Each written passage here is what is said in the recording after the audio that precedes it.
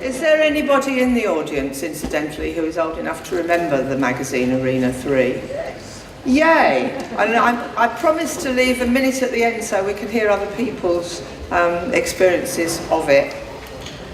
Now, as you may know, I do research work with old lesbians, or more specifically, with self-identified lesbian and bisexual women who were born before 1950. These days, most of that work consists of oral history. In other words, I go around collecting life stories, which is the most brilliant thing to do. So I'm going to start with a quote from one of my life histories. This is I'm sorry, I didn't know what size the screen was going to be. This is a person talking about an occasion on which she broke up with a girlfriend and had to move to the other end of England. But she said to me, "You're really lucky, because wherever you go in the country, you'll have a ready-made supply of friends." And that's true, isn't it? She says. You know, there's always a gay community wherever you go. Now, I agree with that, and the strength of our networks and communities is one of the things that I've been struck by over and over again in my work. But listening to women's stories about the past, I'm also constantly brought up against the fact that it wasn't always so. And by contrast, here are just, I could have taken little quotations from a million different women's stories, but here are three. Here's Edith, who was born in 1919. "I never dared say anything. I didn't know how to find anybody to talk to." And Jude, "I had a bit of a breakdown. I was so lonely. There was no one at all I could tell anything to." And Nina, "That being lonely and not knowing there was a world that we could join." So for this year's History Month, I decided to talk about something which made a real difference to that isolation and loneliness in the 1960s. Arena 3, the first lesbian magazine in the UK. It lasted less than a decade, in fact, and is now largely forgotten, except by the women whose lives it changed. Now, Arena 3 crops up in several of the life stories I've collected, so I'm going to take a couple of examples. So Judy's a good example.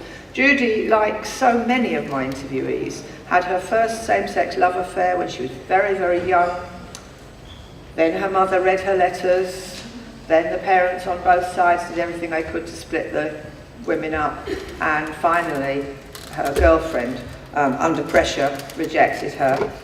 I got this vile letter from her saying, "Don't ever write again, I don't want to see you, I'm going to marry George, and people like us don't love each other." And after that, Judy said, she decided, "Well, okay then, I'm going to be on my own for the rest of my life." And that actually was realistically what you thought. If you couldn't bear the idea of getting married and you weren't ever going to be allowed to have a girlfriend, you were going to be alone for the rest of your life. And she said it's very, very difficult to meet people, because unless you're very brave, you don't want to risk losing people by coming out to them. And I always think this is a very sad thing that she said. There were a couple of people that I really thought I could love, but I'd never say anything, not in a million years. Now, Judy went to work in the theatre as a stage manager, eventually in the West End and musical shows, and for 10 years or so she lived this lonely life that she expected to be her lot. Until one day, and I don't know whether you can read that, she was clearing up the dressing room which stage management shared with the dancers, and I happened to see poking out of a waste paper basket the top of a magazine that said Arena 3, and wanting something to read, I thought, I wonder what that is. And so I took it out, and I thought, my God, oh my God, it was a magazine for gay women, which I'd never heard of, and it was purely by chance that I came across it. And so the end of the story is that the magazine also contained contact ads, and I thought, she says, good heavens, there are actually other people in this world like me. And we're only talking 1966, okay? So I immediately subscribed to the thing, she says, and the result was that she answered an advert and met a girlfriend whom she rapidly moved in with, and we were together for 10 years. And in fact, yeah, In fact, in my researches, I managed to uncover the absolute advert that she answered. That is it. Right. That the personable girl from Berkshire was the one she stayed with for 10 years. So what actually was this Arena 3 then? What are we talking about? How it all began.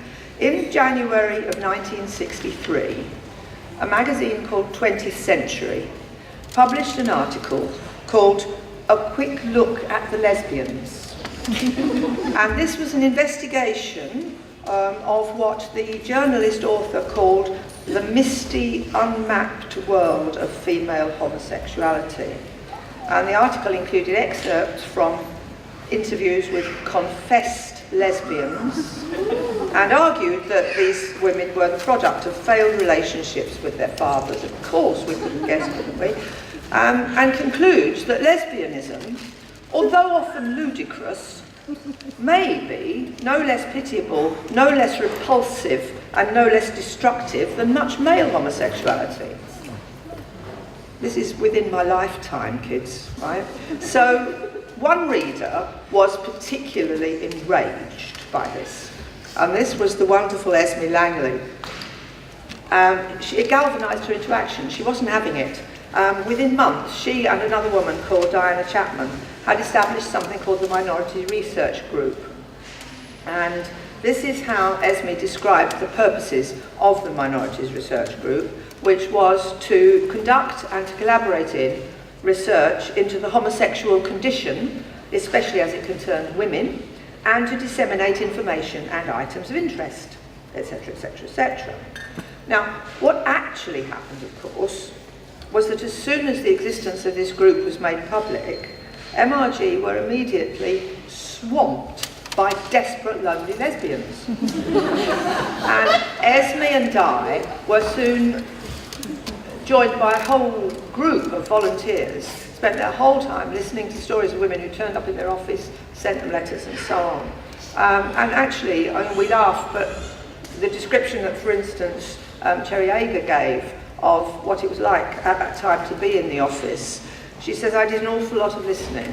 There were those who came from small villages and small towns who really thought that they were the only ones. There were those who had found out they were lesbians and were deeply ashamed of it. An awful lot of that going on. There were those who were suicidal. There were those who were thrilled to bits. They thought it was all wonderful and what could they do to help. But there were also those who were married and who hadn't found out until afterwards. And that was very sad. They wanted to leave their husbands, but they couldn't because of the children. And they were very sad cases. Every day somebody came, and then the letters. Now, MRG held monthly social meetings for its members in London, but Esme's next ambition was to publish a newsletter so that lesbians all over the country could, she hoped, talk to each other and have a little bit less loneliness. So in January 1964, the first issue of Arena 3 was published. Now, this is not a very good photo, but as you can probably see, it was nowhere near a magazine as we would call it.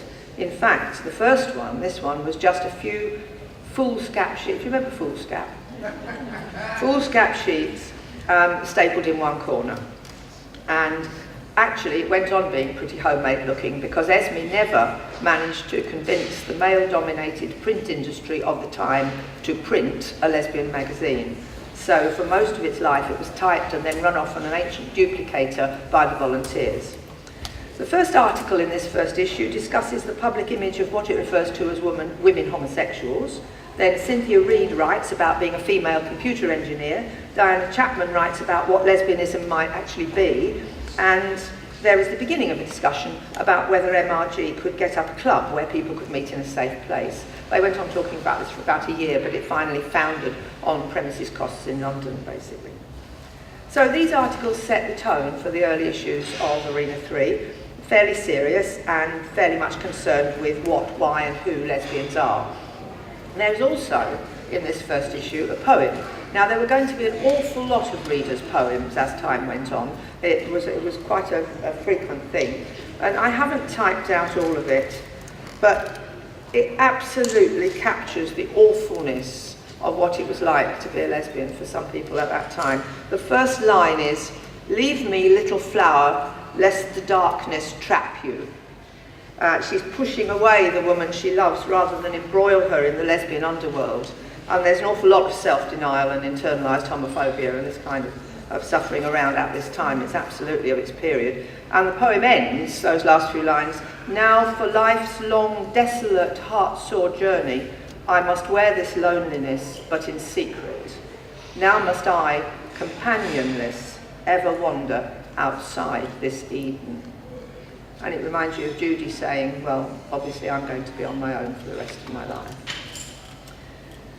So, copies of A3, as we then called it, were distributed for the most part by post, under plain envelopes, to members who paid for subscriptions.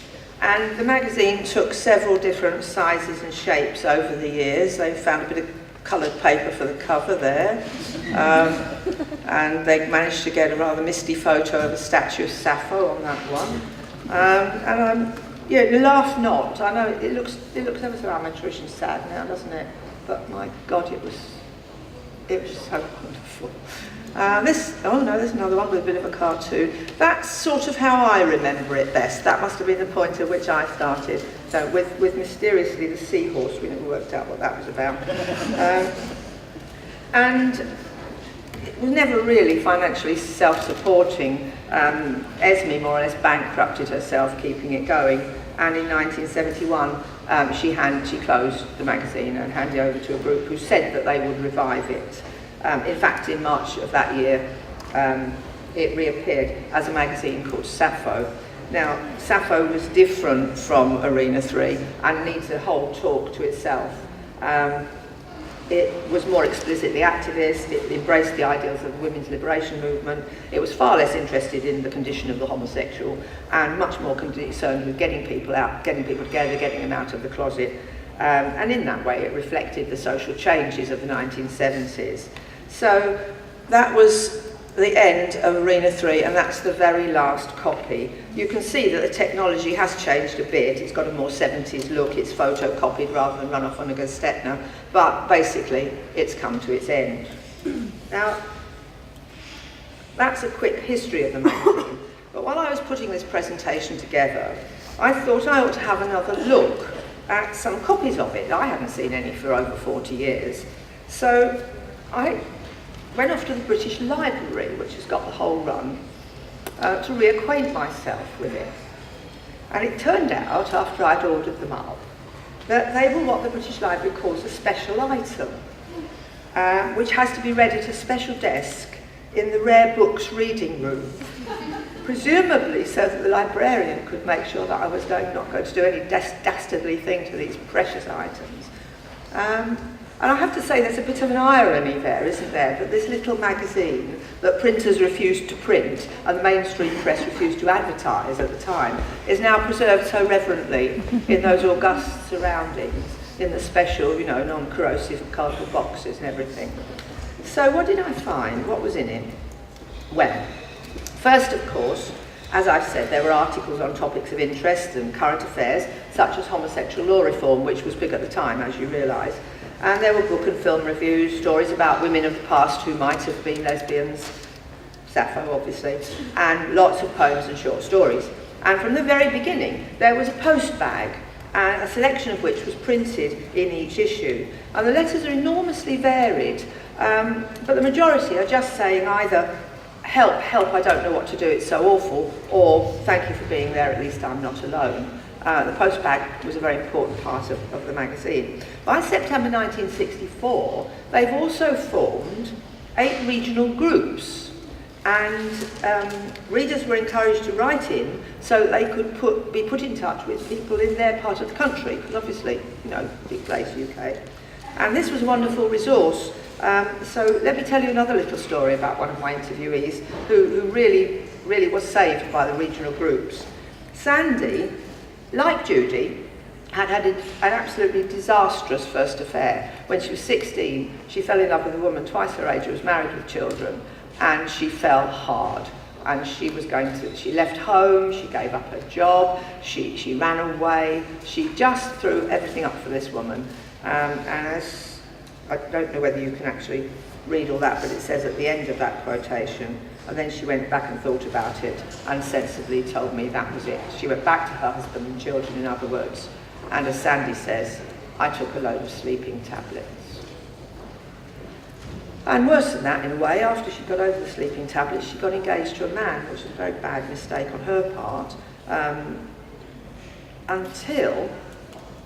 Now, I never thought that I would stand up in public ever and say anything good about the Daily Mail. But it had an article in it. Her parents, of course, took it. They were that kind of parents. And there was a famous agony aunt giving advice for parents on what to do if they thought their children were gay. And she found it, and it gave the address of the Minorities Research Group, and I wrote off to them, and I got some information. Arena 3, I think it was called, she said to me. I think the magazine was called that. And through Arena 3, I saw this advertisement for a group in Nottingham. So I wrote off to that and arranged to meet them, and I went down there one Saturday night. Now, she's living in North Yorkshire, so this is how important it is to do. So she goes down to Nottingham, and yes, it was the Foresters, and yes, the Foresters still is the lesbian pub history. And she says, it was amazing. I mean, there were all these women who were like me. And after that, she broke off her engagement, joined the Merchant Navy, and the rest is history. Now, if you have heard me talk before, you will know that I work with stories that have been told to me, and I never tell my own, which has often been pointed out to me. But on this occasion, my story is a bit relevant to the topic. I met my long-term partner when we were both students at the same college in the early 1960s.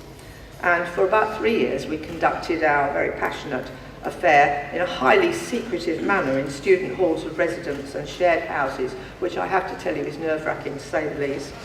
And in 1967, we finally got our own place together. So we were happy in our secret little world, but we knew no other lesbians. Of course, they were all round us. You know, it was a university city. Our tutors were lesbians. But nobody in those days ever mentioned it. One day, we got hold of a copy of a novel called The Microcosm by Maureen Duffy. And it was absolutely mind-blowing. It was a modern novel about lesbians. And so there they all were, you know, all being described in this novel. Where were they? So my partner, who was ever resourceful, wrote to the author of this novel saying, where we find these wonderful lesbians that you write about. And bless her heart, it was 40 or 50 years before I ever met Maureen Duffy and was able to thank her for this. She wrote us back a lovely, generous letter saying, well, if you live in London, you can go to the Gateways Club. And if you don't, why don't you subscribe to this newsletter that's recently been published? And that was how we got into Arena 3. We were so scared, we subscribed to it under a made-up name. And one day, in about 1967 or 8, we saw an advertisement from somebody looking for social contacts in our area of England. We answered it, and so we met our first and longest-lasting lesbian friend. And I went on knowing her until she died 3 years ago in her 90s, and I still miss her. She was a generation older than us, an extraordinary, interesting, generous person, and she and her partner took up these two lost young women that we were, and they were like lesbian parents to us throughout their long lives. So answering that advert and a couple of others gave us a whole new lesbian family, a group of friends I still know to this day, and many other women had similar experiences. So I thought to finish up, we just got to meet, we have time, you might like to have a look at some of those contact ads, because they really are they're quite embryonic really. To start off with, at the beginning of the magazine, they were enormously varied and included quite a few from men, which really have to be read to be believed. And things saying, can anybody offer accommodation to deeply disturbed lesbian teenager, and things like you wouldn't ever see in our ads now. But basically it's, you know, is there anybody who wants to publish my novel? Does anybody want to talk to me about my mental health, etc.? As the page grew and became a regular part of the magazine, people quite often used it for offering or finding accommodation. And again, pretty much standard furnished room to let in flat. I do like the idea of a farmhouse in County Cork for £1,000, I have to say. But my best one on this page is 2 ladies, early 40s, 3 cats. I can see them now. But of course the main purpose of these ads was to find other people, whether for friendship or maybe more, and here are a few examples of those. Married lady would like to correspond with others. Two ladies, long-standing friends, would like pen friends. Feminine reader wants friend. Now, there are several things to notice about the language, because it's only 50 years ago, but language does change, especially within our community. One of the things is the use of the word friend, because that was the word you used for your lover or partner. So when it says two ladies, long-standing friends, it means they're in a long relationship. And feminine reader wants friend. The other thing I think I notice is the way in which they describe their gender persuasion. So we do have feminine and we do have masculine type. But I do love reader 27, constantly trousered. That's one of my favourites. I would have written to her. And the other thing that strikes me very much as I went through these was the use of the word sincere. It comes up in every other advert. Sincere, we're looking for a sincere friend, sincere people to write to. And it rather hints that they've had a lot of experiences with people who weren't sincere, and perhaps there are some heartbreaks behind. And what they're saying is, I need to be able to trust you, which I think is really quite revealing. These contact ads often came on a loose sheet of paper, not stapled into the magazine. And most of the copies of Arena 3 in the British Library have actually lost them long ago. So I'm working with a very small sample there. And it was therefore by an extraordinary coincidence that sitting there in the British Library rare books room, under the eye of the librarian, as I'm telling you, I found myself looking at the very ads that had changed my life 50 years before. I've gathered them there.